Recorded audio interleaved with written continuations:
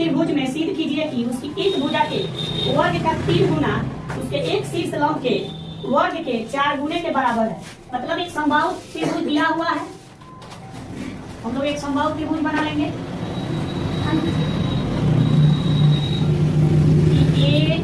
B C,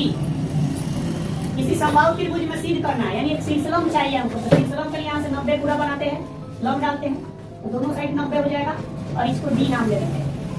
हल यानी दिया है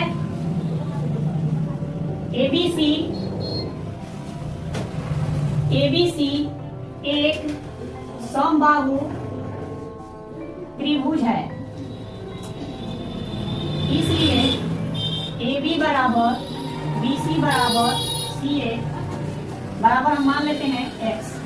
माना, भुजा की लंबाई को हमने x मान लिया। अब यहाँ पे रचना हम लोग किए हैं, रचना कि AD जो लंब है BC पे, AD लंब BC खींचा, ठीक, तो दिखाना है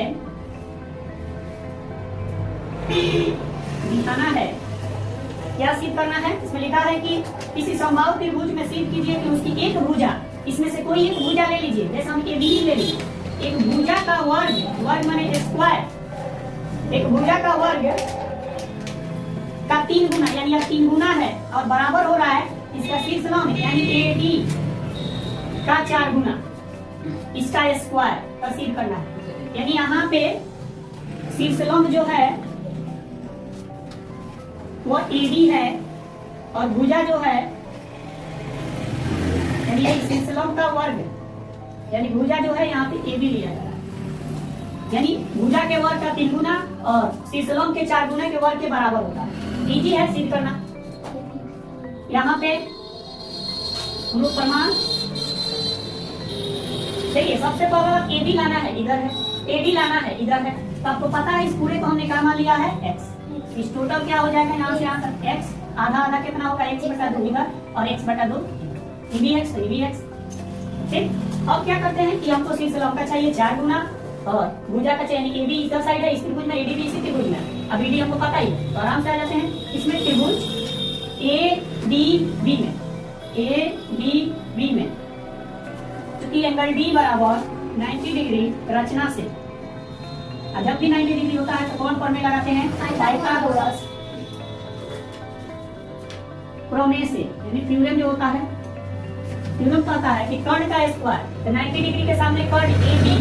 यानी भुजा AB का स्क्वायर बराबर लंब, यानी लंब का मतलब शीर्षलंब AD का स्क्वायर प्लस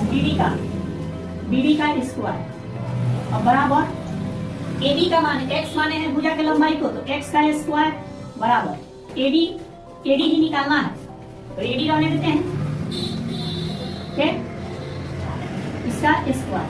प्लस BD का मान है x बटा का स्क्वायर, अब x का तो x स्क्वायर बराबर का बराबर AD का तो AD स्क्वायर प्लस इसको करेंगे तो x स्क्वायर 2 का स्क्वायर 4, इस दोनों एक जाति का है तो AD सही है, इधर लाएंगे,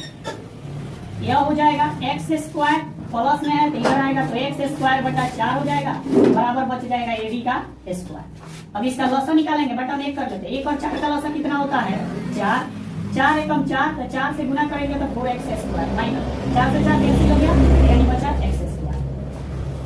बराबर है AD का स्क्वायर। AD को हम इधर कर लेते हैं, इस वाले भाग को इधर कर लेते हैं, AD स्क्वायर इसको बराबर है कर सकते हैं, बराबर 4 में से 1 घटा तो 3x स्क्वायर बटा 4, तिरछा तिरछी गुना कर लेते हैं तो 4 से इसमें गुना करेंगे तो 4 AD स्क्वायर अब बराबर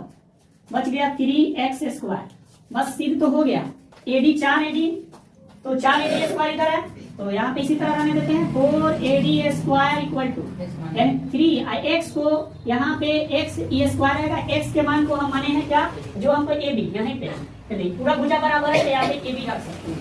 AB का स्क्वायर कर देंगे, ये हो जाएगा 4 AD का स्क्वायर इक्वल टू 3 AB का स्क्वायर, यानी इसको इधर कर सकते हैं अरेंजमेंट, जैसे LHS है तो 3 AB स्क्वायर बराबर 4 AD स्क्वायर, यानी इसको यही साबित हो गया, यानी क्वेश्चन में कर रहा था